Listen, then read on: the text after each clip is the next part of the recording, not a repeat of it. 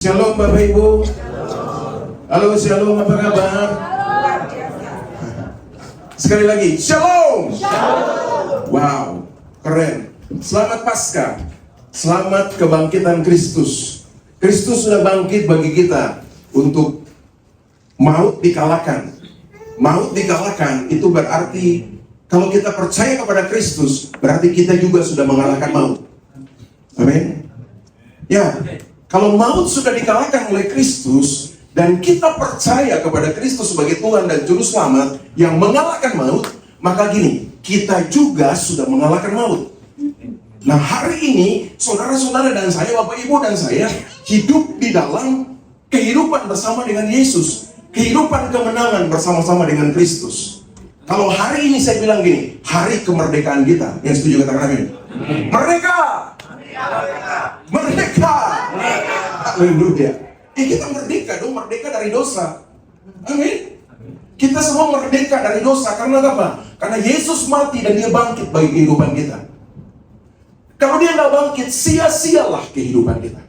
Sia-sialah kepercayaan kita kepada dia. Mendingan nggak usah percaya dia kalau dia nggak bangkit.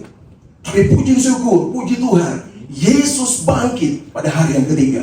Itu menandakan bahwa dia Allah. Yang setuju katakan amin. Bahwa dia Allah, dia Tuhan yang kita percaya. Kalau dia nggak bangkit, berarti dia manusia. Amin. Tapi karena dia bangkit, maka kita akan tahu begini, hanya yang bisa bangkit itu cuma Allah. Haleluya. Yang bisa bangkit itu cuma Allah. Manusia nggak bisa bangkit. Makanya ketika Yesus bangkit pada hari ketiga, kita yakin bahwa itu Allah.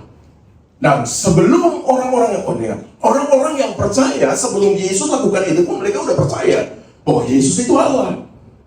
Amin. Makanya setiap pengikut Yesus itu tahu bahwa apa yang mereka ikutin hari ini, siapa yang mereka ikutin hari ini, Yesus Kristus Tuhan. Dia adalah Tuhan, dia adalah Allah. Makanya tak jarang murid-muridnya katakan begini, iya Guru, iya Tuhan, iya Allah. Gitu. Amin.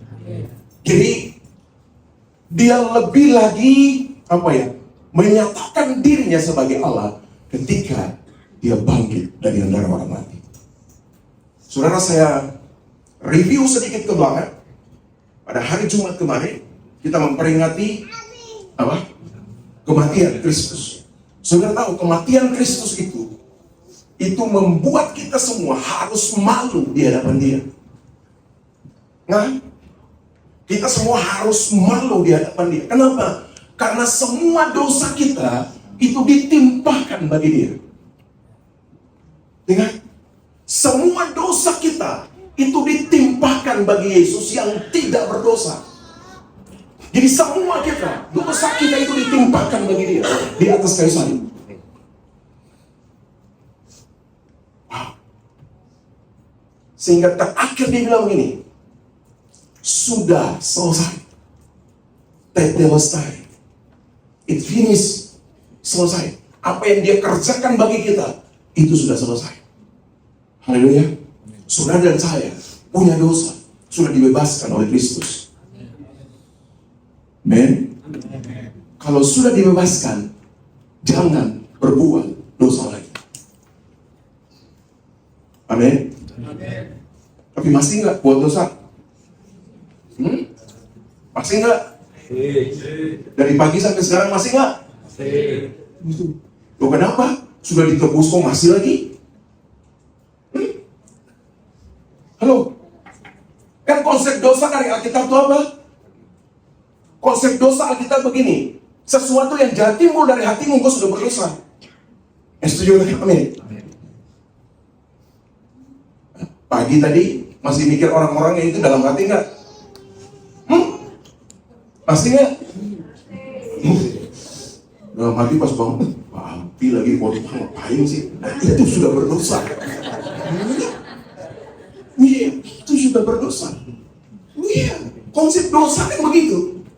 Sesuatu yang timbul dari hatimu yang jahat, itu sudah dosa. Tapi bersyukur kepada Allah kita, Yesus Kristus, yang sudah menanggung dosamu. Dengar, Dia sudah menanggung dosamu sekali untuk selama-lamanya. Berikan tepuk tangan bagi Dia. Benar. Itu juga bukan alasan bagi kita untuk melakukan dosa. Dengar baik, kadang-kadang kita pakai alasan itu untuk kita buat dosa, membenarkan diri kita bahwa kan Yesus sudah tebus dosa saya, jadi saya lakukan. Kamu sedang mencoba Yesus. Haleluya, amin. Ya, kalau begitu nggak amin. Ya, nanti kalau berkat-berkat aja, amin. Kalau diselamatkan aja, amin. Tapi kita harus mengerti itu dalam kehidupan kita, supaya jangan sampai kita salah. Oke, kita di perayaan Natal ini,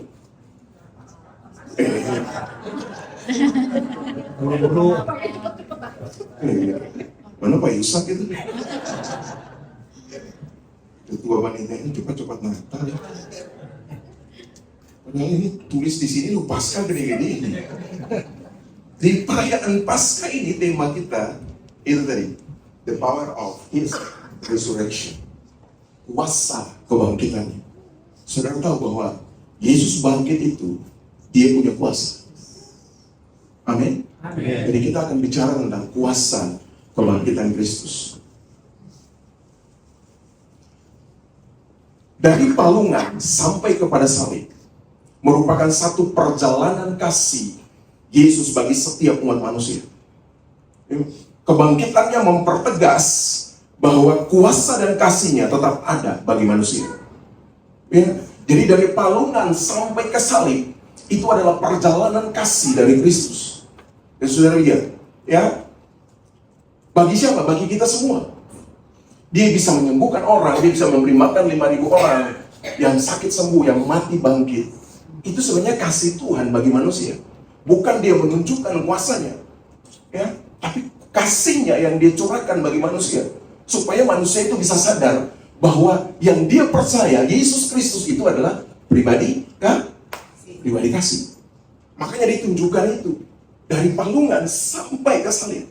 Coba lihat, seorang raja, seorang Allah yang dianggap perkasa, yang menyelamatkan dunia ini, dia datang ke dalam dunia, tapi lahir di kandang hina.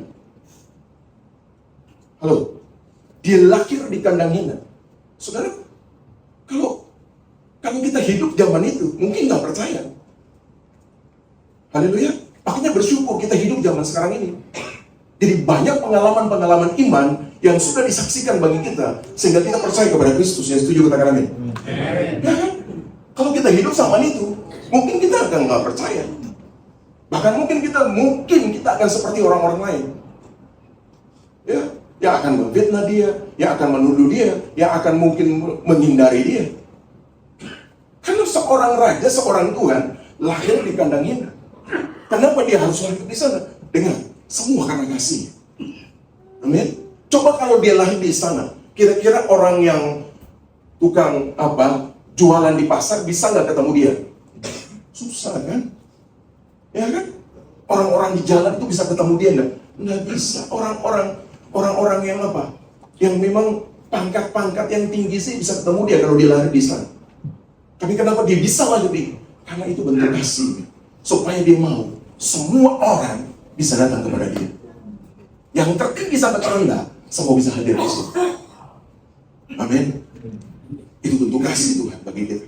Nah, kebangkitan Yesus merupakan pembuktian kemenangan Yesus atas setiap dosa. Hal ini juga sebagai wujud untuk memulihkan manusia dari kuasa kematian atau kuasa maut. Kebangkitan Yesus menyatakan bahwa Tuhan yang kita sembah adalah Tuhan yang hidup dan berkuasa atas segalanya. Haleluya. Jadi kebangkitan Kristus itu menyatakan bahwa Tuhan yang kita sembah itu dia hidup. Maka tadi saya bilang gitu. Kalau dia nggak hidup, maka sia-sialah kepercayaan kita, kata kita. Amin.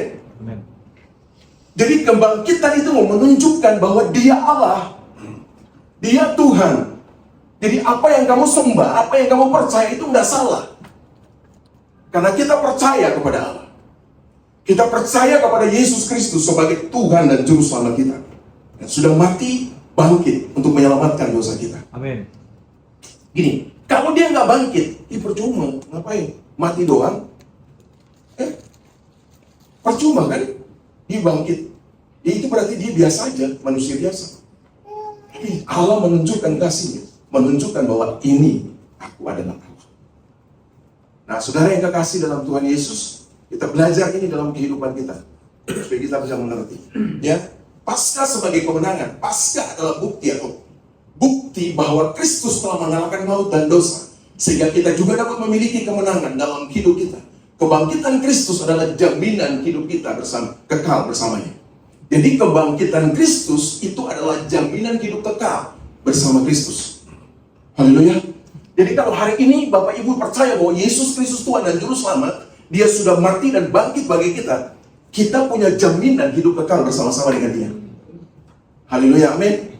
Nah, saudara perhatikan baik-baik. Paskah itu adalah merupakan satu kemenangan besar dalam kehidupan kita. Kita memiliki kemenangan. Harusnya hidup kita ini berkemenangan. Semua orang yang percaya kepada Dia harus punya hidup kemenangan. Haleluya. Iya, kenapa? Ya karena Dia sudah mati di kayu salib. Dia rela lakukan itu supaya kamu menang. Dia rela lakukan itu supaya kamu bebas. Dia rela lakukan itu supaya kita merdeka. Yang setuju katakan amin. Ya, kalau hari ini kamu sudah merdeka, harusnya kamu menjadi orang-orang yang merdeka. Harusnya menjadi orang-orang yang menang. Orang-orang yang punya pikiran yang positif. Jangan pikiran yang negatif melulu. Dengar baik-baik. Orang yang punya pikiran negatif itu berarti orang yang sebenarnya belum merdeka. Bilang kiri kanan, pikiran kamu negatif gak? Tuh. Orang yang punya berpikir negatif, orang itu sebenarnya belum merdeka. Padahal gini, Yesus sudah memerdekakan kita. Kan kita sudah menang. Haleluya. Kita sudah menang. Nah hari ini, jangan bilang begini, orang yang punya pikiran positif di luar sana. Enggak, banyak orang gereja juga punya pikiran negatif kok. Betul kan? Betul enggak? Nah yang betul itu punya pikiran negatif juga. Paham ini kalau jawab salah, nggak jawab juga salah. Ya enggak apa-apa saudara. Kita belajar sama-sama ya. Bahwa kita ini benar-benar sudah dimerdekakan. Jadi semua gaya hidup kita itu harus benar. Semua pola pikir kita itu harus positif. Semua tindakan kita itu harus tindakan yang benar. Karena kita sudah merdeka. Karena kita sudah bebas. Tapi kita bilang begini, jangan mempergunakan kemerdekaan itu untuk kehidupan di dalam dosa. Amin, amin. Yohanes 8, ya, ayat 30 sampai 36. Dibilang gitu. Jadi jangan sampai kita memakai kemerdekaan yang Tuhan berikan bagi kita untuk kehidupan di dalam dosa. Nah, kita nggak boleh seperti itu. Tapi kita harus pakai kemerdekaan itu untuk hidup, berbuat kebenaran di dalam Tuhan. Amin. Ya.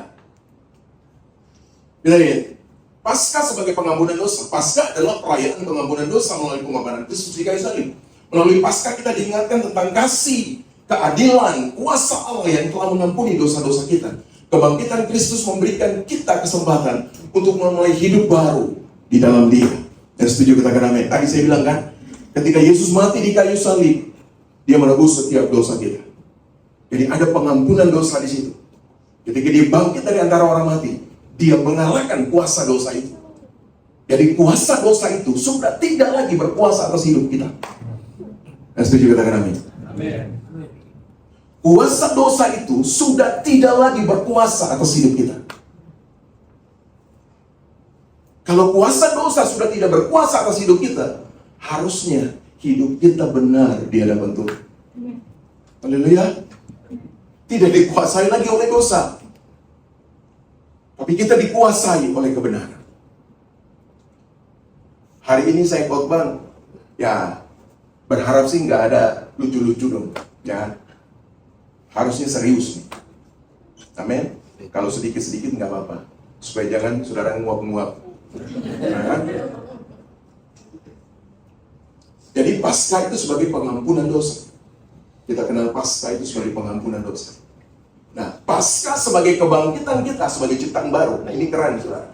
Saudara lihat, kebangkitan Kristus memberikan kita kuasa melalui kuasa Roh Kudus untuk mengalahkan dosa dan maut, sehingga kita bangkit bersama Kristus menjadi ciptaan baru. Ketika Tuhan tebus dosa kita, kita percaya kepada Dia, dengan kehidupan kita harus berubah. Dan setuju katakan amin. Itu yang disebut dengan apa? Ciptaan baru. Yang lama sudah berlalu, sesungguhnya yang baru sudah datang. Amin, saudara. Kebangkitan Kristus memberikan kita kuasa oleh Roh Kudus untuk mengalahkan dosa, maut, sehingga kita bangkit bersama Kristus menjadi ciptaan baru. Orang yang ada di dalam Kristus, dia bukan lagi manusia lama, tetapi dia menjadi manusia baru, ciptaan baru. Dengar, ciptaan baru itu bicara tentang begini, semuanya baru. Jadi bukan kayak mobil saudara, terus businya rusak, masuk ke bengkel, ganti busi, ganti satu saja. Enggak, yang namanya ciptaan baru itu semuanya diganti jadi baru. Jadi masuk ke pabrik bikin baru lagi. Nah itu saudara dan saya bersama dengan Kristus. Yang setuju katakan amin. Kita masuk, Kristus buat kita menjadi baru. Nah kalau kita baru, pikiran kita baru, sikap kita baru, hati kita baru, semua kita baru, harusnya di tempat ini luar biasa loh. Amin. Semua orang hidup dalam kebenaran Tuhan. Ya. Semua orang hidup dalam kebenaran Tuhan. Nah itu penting bagi kita. Jadi ingat, bilang kiri kanan, kamu sekarang ciptaan baru. Kamu sekarang ciptaan baru. Mulut baru, muka baru, mata baru, semuanya baru. Tapi jangan harap mau hitam jadi putih, nggak bisa. Nggak bisa. Lu mau pakai apa juga nggak bisa. Ya? Nanti akan balik lagi. Pasca sebagai pemulihan dan pengharapan. Pasca adalah waktu untuk memulihkan hubungan dengan Tuhan dan sesama. Melalui Pasca kita dapat meletakkan harapan kepada Kristus dan merasakan kuasa kebangkitannya untuk menghadapi segala tantangan. Yang setuju katakan amin. Perhatikan baik-baik. Yesus datang itu untuk memulihkan hubungan kita dengan Bapa. Tadi hubungan kita rusak karena dosa kan? Putus hubungan kita dengan Bapa. Sekarang Tuhan Yesus datang menyambungkan hubungan kita kembali dengan Bapa. Harusnya ketika hubungan kita beres dengan Bapa, hubungan kita juga beres dengan sesama. Jadi kalau hari ini, dengar baik-baik, kalau hari ini hatimu nggak senang kepada temanmu di sebelahmu, itu berarti kamu belum beres juga dengan Tuhan. Haleluya. Kamu belum beres dengan Tuhan. Dengar ini jelas nih. Ya, kamu setiap hari minggu ke gereja, bahkan mungkin melayani, tapi hatimu masih busuk dengan orang lain. Dengar, hatimu saat itu kamu belum beres dengan Tuhan. Kalau hubunganmu beres dengan Tuhan, pasti hubunganmu juga pasti beres dengan sesama. Itu jelas, Pak. Saudara, saya ini banyak masalah. Oh, gembala itu pasti banyak masalah, saudara. Ya kan? Dengan jemaat, dengan siapa-siapa aja. Tapi saya nggak pernah simpan dendam. Enggak. Dulu simpan. Ya. Dulu simpan sampai wudu. Nggak bisa tidur berapa hari. Lalu pikir-pikir bodoh banget ya. Orang yang gue pikirin dia ditiupnya nyak, ngorok lagi di rumah. Bahaya nggak? Nggak tidur sama 3 hari. Ngapain mikir dia? Mendingan gue lepaskan pengampunan. Soal dia memaafkan aku, itu soal dia dengan Tuhan. Soal aku beres dengan dia. Yang setuju katakan amin. Tapi soal-soal itu harus beres di semua saudara. Yang setuju katakan amin. Jadi Yesus itu memulihkan kita dan kita punya pengharapan di dalam dia. Nah ini, kita lihat ini saudara ya. Pasca dalam perjanjian lama dan perjanjian baru. Lihat. Dalam perjanjian lama, Pasca adalah simbol pembebasan bangsa Israel dari perbudakan Mesir. Jadi Pasca pertama itu mereka rayakan di Mesir. Ya, ketika tulah ke-10 terjadi, Allah menyuruh supaya semua orang Israel menaruh darah di atas ambang pintu. Supaya ketika malaikat maut datang, dia lihat darah itu, dia lewati. Siapapun di dalam rumah itu, mau pembunuh ke, mau pemerkosa ke, mau siapapun, dia tetap aman. Kenapa? Karena darah itu. Haleluya. Karena darah itu. Darah itu yang melewatkan orang Israel dari pembunuhan massal orang-orang, anak-anak sulung di Mesir. Nah, saat itulah mereka melaksanakan Pasca pertama. Sama, saudara. Kalau sekarang ini bukan lagi darah anak domba, tapi darah Yesus Kristus, Allah yang tidak penuh dan tidak bercela itu, sudah ada di dalam diri kita, menghapuskan setiap dosa kita. Amin. Darah anak domba saja bisa melewatkan orang dari maut, apalagi darah Yesus Kristus sebagai Allah sudah melewatkan kita dari setiap dosa kita, dan kita hidup di dalam kebenarannya. Amin. Nah, dalam perjanjian baru, Pasca adalah penggenapan dari Pasca perjanjian lama, di mana Kristus menjadi anak domba Allah yang mengorbankan dirinya, mencurahkan darahnya untuk menebus dosa manusia. Haleluya. Jadi Pasca yang kita rayakan ini adalah penggenapan dari Pasca Perjanjian lama. Sekarang kita nggak pakai lagi darah anak domba, tapi kita pakai darah Yesus Kristus sebagai anak Allah untuk menebus dosa kita. Ketika kita percaya, maka darah itu menghapuskan setiap dosamu. Amin. Nah, hari ini kita merayakan kebangkitan Dia dari antara orang mati, yang menandakan bahwa Allah yang kita percaya, Yesus yang kita percaya, itu adalah Allah. Dia adalah Tuhan, dan bukan Dia manusia seperti orang-orang lain yang lain. Amin. Amin, saudara. Nah, saya tertarik dengan lagu tadi itu ya. Mengikut Yesus keputusanku, mengikut Yesus keputusanku, ku tak ingkar. Tapi akhir-akhir ini banyak orang ingkar. Tuh kan? Keputusan saudara itu bisa berubah. Dengar baik, keputusan saudara dan saya itu bisa berubah. Kenapa? Mungkin karena situasi. Mungkin karena hal-hal lain di sekitar saudara. Itu yang bisa mengubahkan saudara. Nah, kesalahan kita, kesalahan orang-orang percaya begini, mereka terpengaruh dengan situasi di sekitar mereka. Padahal kita tidak perlu terpengaruh dengan situasi di sekitar kita. Kita perlu melihat hidup kita saja. Yang setuju katakan amin. Kita perlu melihat kehidupan kita. Kenapa? Karena kehidupan saudara itu ada potensi Allah yang besar. Semua potensi Allah itu ada di dalam hidup. Jadi kalau kamu cuma lihat hidupmu saja, kamu tidak akan bisa terganggu dengan keputusanmu untuk mengikuti Yesus. Yang setuju katakan amin. Yang setuju katakan amin. Jadi oke lah, kalau hal itu kamu lihat, cari komunitas yang baik. Ya. Pak, saya susah kalau cuma mikir, belajar untuk itu. Saya belajar lama Pak, ya sudah, cari komunitas yang baik.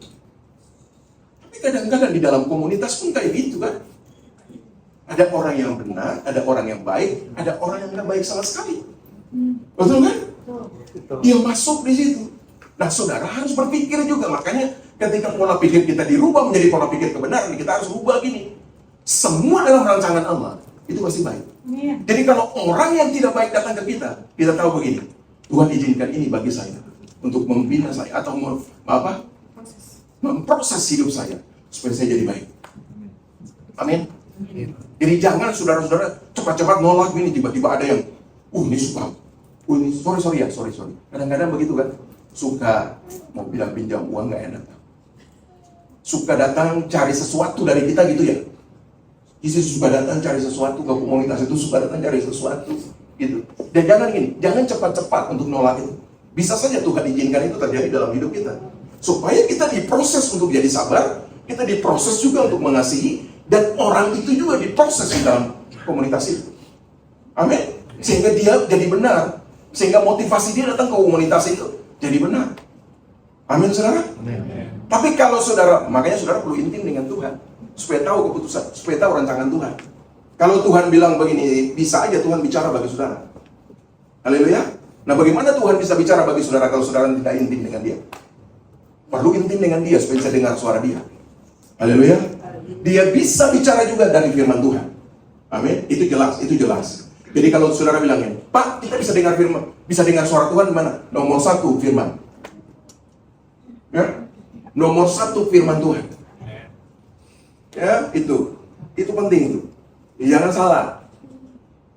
Gua mau cari dengar suara Tuhan dari Pak Ampi. Salah.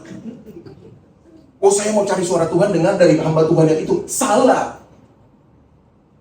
Dengar suara Tuhan yang paling utama, firman Tuhan. Udah itu jelas. Itu paling jelas. Tapi Tuhan juga bisa pakai orang-orang yang dia kasihinya untuk berbicara juga bagi kita. Amin. Dia bisa pakai itu. Bahkan dia pakai, kalau kita baca dalam Alkitab, dia pakai binatang kan? Iya kan? Dia pakai keledai. Dia pakai ayam. Benar nggak? Dia belum pakai babi sih, babi suka. Coba babi terlalu enak saja. Di sate kan enak ya. Coba babi hong. Ya, gitu. Jadi Tuhan bisa. Makanya kita perlu intim dengan dia. Paskah adalah peristiwa kebangkitan Kristus yang menandai kemenangan atas maut dan memberikan keselamatan bagi seluruh umat. Yang setuju katakan amin. Nah, kita belajar sekarang ini. Filipi pasal 3 ayat 10 bilang ini, yang ku kehendaki ialah mengenal dia dan kuasa kebangkitannya dan persekutuan dalam penderitaannya, di mana aku menjadi serupa dengan dia dalam kematiannya. Yang setuju katakan amin. Kalau kamu jadi serupa dalam kematiannya, maka kamu juga diserupa dalam kebangkitannya dengan dia.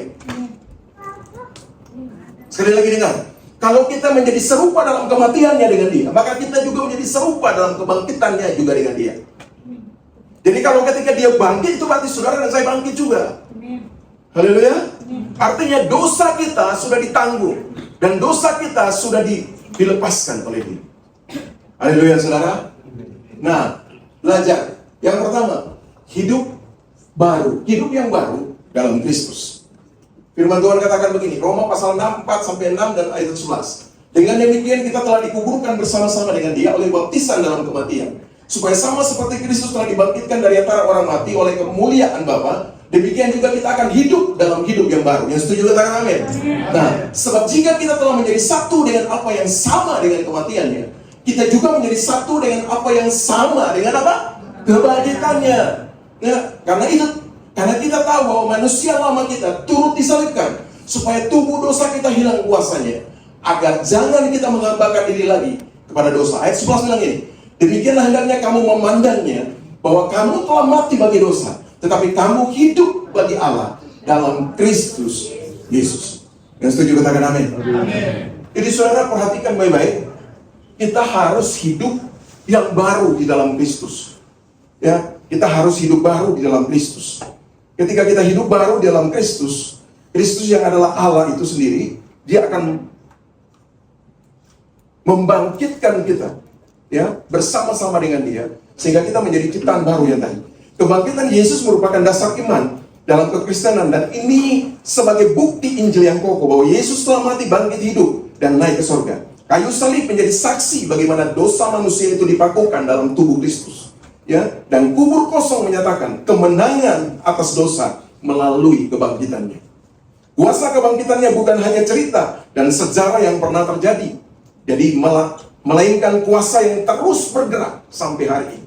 Jadi kuasa kebangkitan Kristus itu terus bergerak sampai hari ini. Makanya kita lihat ini, banyak orang yang bertobat, banyak orang yang percaya. Ya, banyak orang yang keluar dari Tuhan juga, tapi lebih banyak yang percaya kepada Tuhan. Amin. Iya, saudara. Nah, kadang-kadang kan kalau kita lihat di media sosial itu, ya palingan artis-artis saja kan. Yang mana yang kita lihat kan. Ya orang-orang biasa itu kita nggak lihat kan. Orang-orang biasa itu banyak yang datang cari Tuhan. Orang-orang biasa itu yang banyak datang cari Yesus, yang percaya kepada Kristus. Haleluya. Amin, saudara. Saudara imani itu, saudara yakini itu. Amin. Iya, itu pasti terjadi. Nah, jangan sampai, ya pastilah Alkitab juga pasti akan tergenapi kan. Yang terdahulu akan jadi yang terkemudian. Jangan sampai kita menjadi orang-orang yang itu, saudara. Kita sudah terdepan, tiba-tiba kita balik ke belakang karena orang-orang yang baru itu lebih kencang mereka. Semakin hari kita harus semakin kencang di dalam Tuhan. Yang setuju katakan amin. Ya, kuasa kebangkitan bukan hanya cerita tentang sejarah, tapi merupakan kuasa yang bergerak terus sampai hari ini.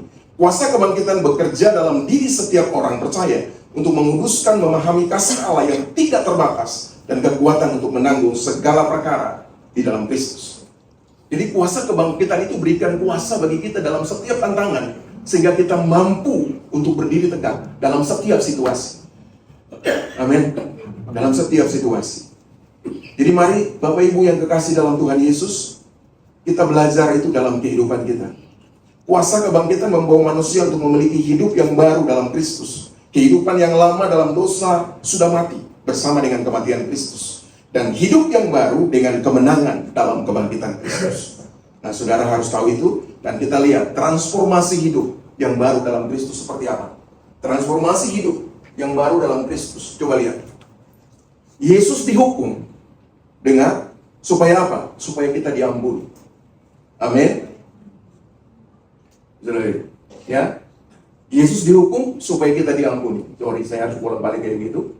Nah, Yesus dilukai supaya kita disembuhkan. Nah, Yesus dilukai supaya kita disembuhkan. Dia dijadikan berdosa supaya kita menjadi orang benar. supaya kita dibenarkan. Dia menemui maut supaya kita beroleh hidup. Dia dijadikan kutuk supaya kita menerima berkat. Yang setuju katakan amin. Nah, dia menjadi miskin supaya kita menerima setiap kelimpahannya. Aku datang supaya mereka mempunyai hidup dan mempunyai dalam segala kekurangan. Hah? Benar, itu Alkitab. Itu baca di mana itu? Aku datang supaya mereka mempunyai hidup dan mempunyainya dalam segala kelimpahan. Yohanes 10:10b bilang gitu. Ya? Jadi saudara akan dapat kelimpahan, menerima kelimpahannya. Ya? Yesus dipermalukan supaya dia menerima kemuliaan, supaya kita menerima kemuliaannya. Yesus ditinggalkan supaya kita diterima oleh Allah. Amin, saudara. Ya? Yesus ditinggalkan supaya kita diterima oleh Allah. Dengar, semua yang Yesus buat itu ada artinya dalam hidupnya. Ketika dia lakukan di kayu salib, itu semua punya pengertian yang luas bagi hidup kita. Dia lakukan itu karena dia cinta, karena dia mengasihimu, karena dia mengasihi kita semua. Makanya dia lakukan itu. Dia harus mati supaya dosa-dosa kita diampuni. Men. Yang kedua, kemenangan atas maut dan dosa. 1 Korintus pasal 15 ayat 54 sampai 57. Dan sesudah yang binasa itu mengenakan yang tidak binasa, dan yang dapat mati ini mengenakan yang tidak dapat mati. Maka akan genaplah firman Tuhan yang tertulis, maut telah ditelan dalam kemenangan. Hai maut, di manakah kemenanganmu? Hai maut, di manakah sengatmu? Sengat maut ialah dosa, dan kuasa dosa ialah hukum Taurat. Tetapi syukur kepada Allah yang telah memberikan kepada kita kemenangan oleh Yesus Kristus Tuhan. Dan setuju katakan amin. Perhatikan baik-baik. Hai maut, di manakah kemenanganmu? Hai maut, di manakah sengatmu? Sengat maut ialah dosa yang sudah dikalahkan oleh Kristus di kayu salib. Dan ini, dan kuasa dosa itu juga sudah ditebus oleh Yesus di kayu salib. Amin. Amin, saudara. Dia sudah menebus itu semua. Jadi tidak ada lagi kuasa itu di dalam hidupmu saat ini. Yang tinggal hanya kemenangan, yang tinggal hanya kemerdekaan, yang tinggal hanya hidup harus layak di hadapan Tuhan. Amin, saudara. Ya, nah, makanya belajarlah untuk bisa hidup di dalam kasih-Nya, hidup di dalam kemenangannya, hidup di dalam kebenarannya, supaya kita tidak menyia-nyiakan kematian Kristus di kayu salib bagi kita. Jaminan atas kemenangan maut dan dosa diberikan bagi kita yang tetap memelihara iman dan percaya kepada Yesus Kristus. Dengar baik-baik. Jaminan atas kemenangan maut dan dosa diberikan bagi kita untuk tetap memelihara iman dan percaya kepada Kristus. Kalau saudara keluar dari Kristus, tidak ada jaminan untuk saudara berkuasa atas maut. Tidak ada jaminan bahwa saudara berkuasa atas dosa. Tidak ada. Ya, kalau saudara keluar dari Kristus. Tapi selama orang yang percaya kepada Kristus, berarti dia orang yang sudah mengalahkan maut. Yang setuju katakan amin. Katakan sama-sama, saya sudah mengalahkan maut. Saya sudah mengalahkan dosa.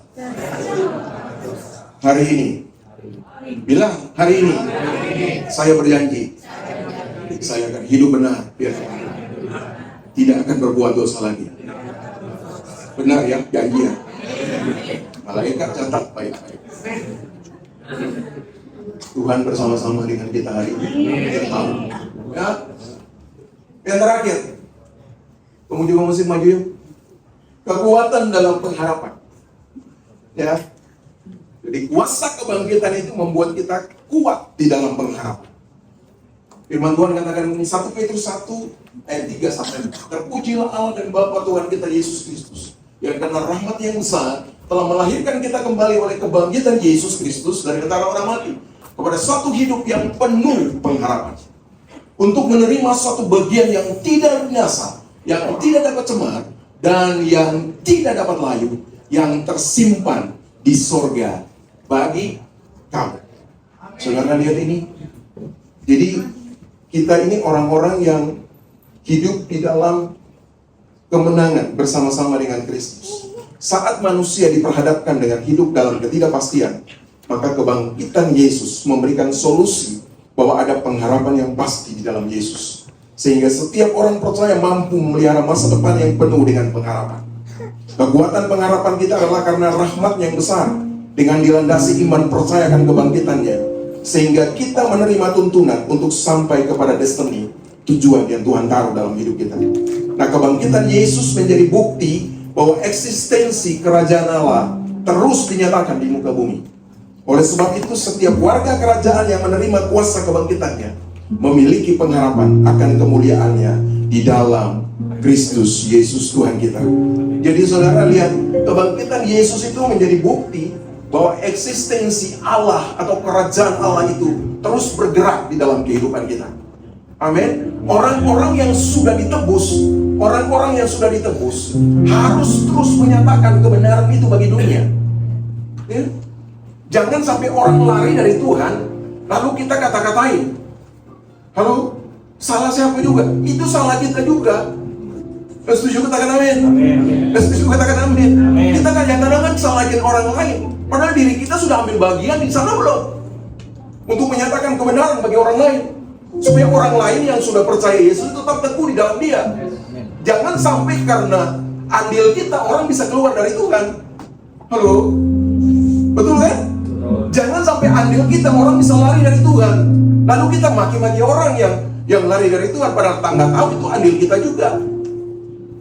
Halo saudara. Nah, kadang-kadang ini kita menjadi orang apa? Merasa diri benar. Nggak ada orang Kristen itu yang benar, nggak ada.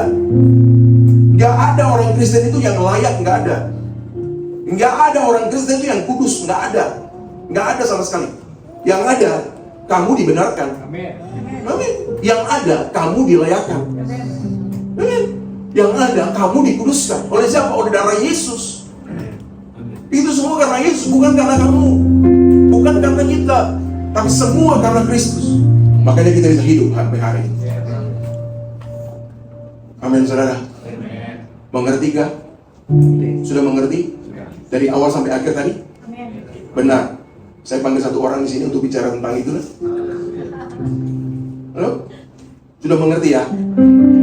Kalau mengerti, lakukan dalam hidup saudara. Amin. Berat Pak, nggak ada yang berat di dalam Tuhan.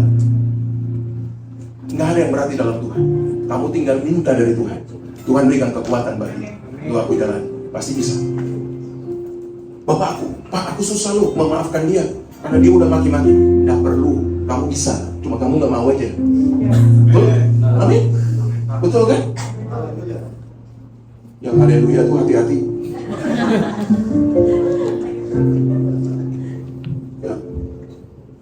Sudah perhatikan ini Bapak-Ibu. Sebenarnya kita semua bisa karena kemampuan Tuhan ada dalam hidup. Cuma karena kita yang nggak mau aja. Ya, karena kita yang nggak mau. Sekarang kita mau, harus mau, karena Yesus sudah mati bagi. Amin, saudara. Bangkit berdiri bersama-sama dengan saya.